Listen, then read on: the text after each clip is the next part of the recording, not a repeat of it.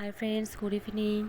তোমরা সবাই কেমন আছো? আমি খুব ভালো আছি। তো সকালে দুপুরে অনেকক্ষণ ভাত খেয়েছিলাম, তো খিদে পেয়ে গেছে সন্ধ্যে 7টা বাজতেই। তো ভাবছিলাম কি করব, তো ঘরে দেখলাম চাউ আছে, তো চলো একটা চাউমিনের রেসিপি তোমাদের সঙ্গে শেয়ার করা যাক। তো চাউমিনটা কী দিয়ে করব সেটাই ভাবছিলাম, ভাবতে ভাবতে ভাবলাম ঢ্যাঁড়স বা ভেন্ডি যেটাই বলো না কেন তোমরা, তো হ্যাঁ এটা দিয়েই করব।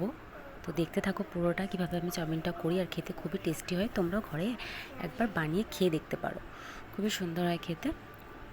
তো যাই হোক, চাউটা সেদ্ধ হয়ে গেছিলো, দেন আমি ঢ্যাঁড়স আর আলুগুলো একটু ভেজে নিচ্ছিলাম, আর পেঁয়াজগুলোও চোখো চোখো করে কেটে রেখেছিলাম, ওটা পরে দেব।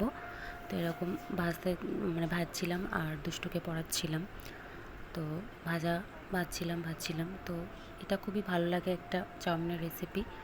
তো অনেকবারই খেয়েছি করে, খুবই ভালো লাগে। তো এমনি শুধু খাওয়ার থেকে পেঁয়াজ দিয়ে তো এটা একবার খেয়ে দেখতেই পারো, খুবই সুন্দর হয় খেতে। তো এটা আমি আমার মায়ের কাছ থেকে শিখেছিলাম। যাই হোক, তো এরকম একটু নুন হলুদ আর একটু জিরে গুঁড়ো দিলাম, আমি জিরে গুঁড়োটা দিই, ভালো লাগে খেতে। তোমরা এটা স্কিপ করতে পারো। তো আর নুন হলুদ জিরে গুঁড়ো দিয়ে এটা ভাজছিলাম, ভাজতে ভাজতে ফ্রিজে সস খুঁজছিলাম, বাট টমেটো সস ঘরে ছিল না। তো সোয়া সস আর রেড চিলি সস ছিল, তো সেটা দিয়েই বানিয়ে ফেলবো। এটা রান্নার সময়তেই দিয়ে ফেলবো, খাওয়ার সময় না।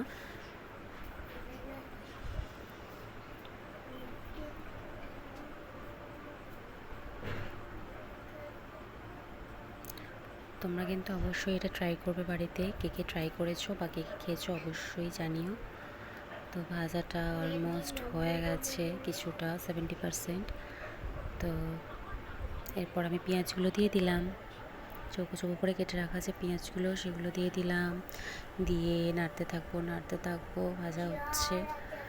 তো এভাবে নাড়তে থাকবো। এবার সসগুলো দিয়ে দিচ্ছি, সয়া সস দিলাম, দেন চিলি সসটা দিলাম, বেরোচ্ছিলোই না, টিপে টিপে দিলাম, দিয়ে আবার নাড়বো, বেশ অনেকক্ষণ ধরে নাড়বো, 2-3 মিনিট নাড়বো, নাড়তেই থাকবো। চিনিটা দিচ্ছিলাম, চিনিটা দিলে একটা ভালো টেস্ট হয়, তেলের মধ্যে দিলে খুব সুন্দর একটা কালার আসে, আর নুনের সাথে একটা অ্যাডজাস্ট হয়ে যায়, খুবই ভালো লাগে। তো আমি ভিডিও বানাচ্ছিলাম আর দুষ্টু এখানে খেলছে, সেটাই। তো যাই হোক, ভাজছিলাম, নাড়তে নাড়তে দেখলাম সব সেদ্ধ মোটামুটি হয়ে গেছে। দেন এরপর চাউটা আস্তে আস্তে দিয়ে দেবো। তো এখানে ডিমটা আমি দিতে ভুলে গেছিলাম, আপনারা এখানেই ডিমটা দিয়ে ভেজে ফেলবেন, ঢেঁড়স আলুর এই সঙ্গে লাস্টে এরকম একটু সাইড করে নিয়ে ডিমটা ভেজে ফেলতে পারেন, আমি দিতে ভুলে গেছিলাম। তো পরে আবার ভেজে অ্যাড করে দিয়েছি, সেটা দেখতেই পাবেন। তো নাড়ছি, নাড়তে নাড়তে একটা মশলা খুঁজে পেয়েছিলাম, ম্যাজিক মশলা, ভাবলাম এটা দিয়ে দেখি কেমন লাগে, ভালোই লাগছিল। ম্যাজিক মশলাটা আমি দিচ্ছিলাম এখানে। তো ক্যামেরাটা খুব ডিস্টার্ব করছিলো আসলে, ট্রাইপডটা একটা হালকা পাতলা ট্রাইপড আছে আমার কাছে, অতটা দামি নয়।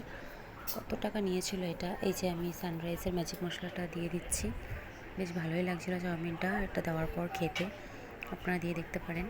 তো প্লেটটাতে ঢেলে নিচ্ছি, ডিমটা যেহেতু দিতে ভুলে গেছিলাম সেই জন্য এখানটাতে আমি চাউটা ঢেলে নিয়ে দেন আবার ডিমটাকে ফ্রাই করে তার উপর ছড়িয়ে দেবো। তো অল্প সামান্য তেলেই আমি করেছি চাউমিনটা, তোমরা দেখতেই পাচ্ছ। আর ডিমটা ভেজে নিচ্ছি, ভালো করে সুন্দর করে ফ্রাই করে নেব, দেন চাউয়ের সাথে অ্যাড করে খাবো। তো আমরা দুজনেই খাবো, ওই জন্য একটা প্লেটেই নিয়েছি আমি আর দুষ্টুর পাপা নেই, ক্যাটারিং গেছে। ক্যাটারিং থাকলে মাঝে মাঝে রাত্রিবেলা চলে যায়, তো সেক্ষেত্রে আমরা একটুখানি খাবো, তো রাতে আবার হয়তো ভাত খাবো খিদে পেলে। তো ডিমটা ভাজছিলাম, ডিমটা ভাজতে ভাজতে ডিমের মধ্যেও ম্যাজিক মশলাটা একটু ছড়িয়ে দিচ্ছিলাম, দেখো তোমরা।